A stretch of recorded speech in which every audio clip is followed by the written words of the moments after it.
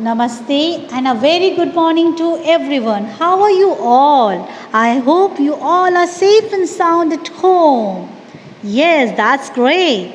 So, are you all set for your English class today? That's good. Okay, so what we are going to learn today, we are going to read a new poem, Went on the Hill. And this poem is written by A. Milne.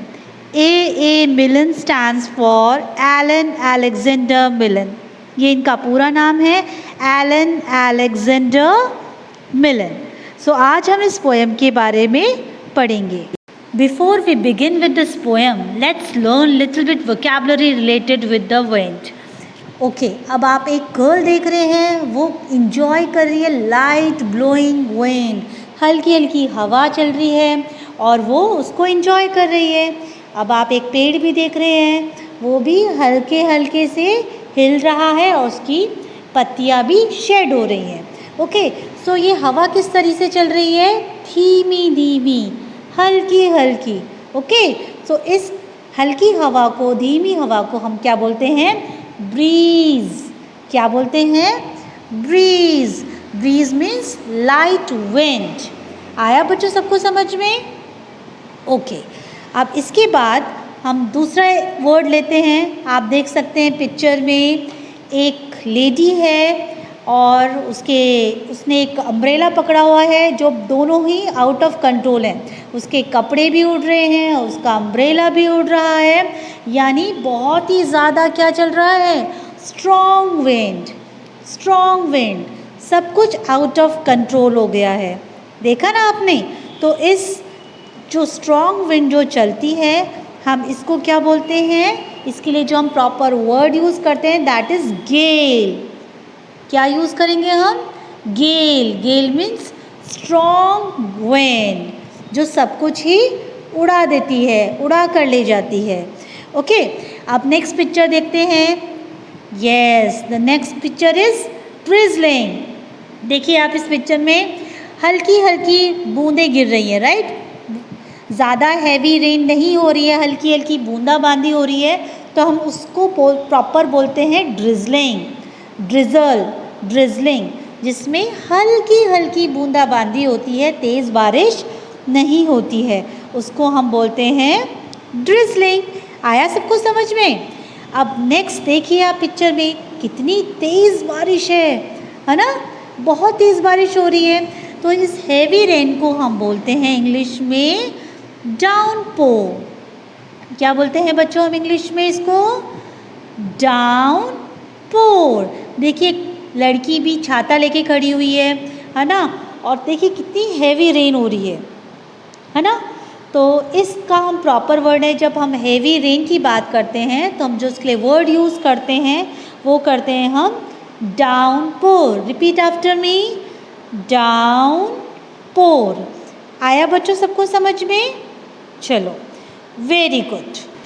Okay, अब हमारा next word क्या आने वाला है? Now you can see a picture of storm. तूफान, thunder, heavy rain, इसमें सब कुछ हो रहा है, राइट? बहुत ही ज़्यादा स्ट्रॉन्ग विंड भी चल रही है, लाइटनिंग भी हो रही है ना? तो इसके लिए हम प्रॉपर वर्ड यूज़ करते हैं स्टॉर्म, यानी इसमें गेल भी है. गेल मीन स्ट्रॉन्ग विंड भी है, इसमें डाउनपोर भी है, थंडर भी है. तो जब ये तीनों मिलकर क्या बनाते हैं? स्टॉर्म, तूफान, जिसमें सब कुछ उड़ने लग जाता है, तेज़ आंधी चलती है, तेज़ हवा चलती है, बिजली कड़कती है, तो हम इसको बोलते हैं स्टॉर्म. स्टॉर्म. चलिए, पोएम स्टार्ट करने से पहले मैं आपको कुछ बताती हूँ. आप स्क्रीन पे देख रहे हैं ना एक कार्टून कैरेक्टर. आपको पता है कौन सा कार्टून है ये? देखो, यस, ध्यान से देखो इसको. इस कार्टून कैरेक्टर का नाम है विनी द पूह. यस, आप में से कई लोगों ने इसके कार्टून्स भी देखे होंगे और ये बहुत ही ज़्यादा फेमस कार्टून कैरेक्टर है. और आपको पता है इस कार्टून कैरेक्टर का इन्वेंशन किसने किया था? यस, ए मिलन, जिसकी हम आज पोएम पढ़ेंगे, ए मिलन, उन्होंने ही इस कार्टून कैरेक्टर के बारे में लिखा था। उन्होंने ही इसकी स्टोरी इन्वेंट की थी जो काफ़ी फेमस थी और आज भी लोग बहुत ही ज़्यादा पसंद करते हैं, स्पेशली बच्चे इसकी स्टोरीज़ देखना, इसके कार्टून्स देखना बहुत पसंद करते हैं। चलिए अब अपनी पोएम स्टार्ट करते हैं, wind on the hill. Okay, so we will start with the first stanza. Now the poet is saying, no one can tell me, nobody knows where the wind comes from, where the wind goes. अब ए मिलन कह रहे हैं, जो बहुत ही ज़्यादा confused हैं, उनको नहीं पता है और उन्होंने बहुत सारे लोगों से भी पूछा कि एयर कहाँ से आती है, कहाँ से को जाती है, लेकिन nobody knows where the wind comes from and the where wind goes. So first 4 line में पोएट यही बोल रहा है कि उसको नहीं पता है कि विंड कहाँ से आती है और कहाँ पर जाती है। सेकेंड पैराग्राफ, सेकेंड स्टैंजा में पोएट लिखता है, It's flying from somewhere as fast as it can. I couldn't keep up with it, not if I ran. तो poet is saying it's flying from somewhere. ये कहीं से आती है, ये उड़कर आती है, हवा बहकर आती है और बहुत ही तेज़ी से आती है।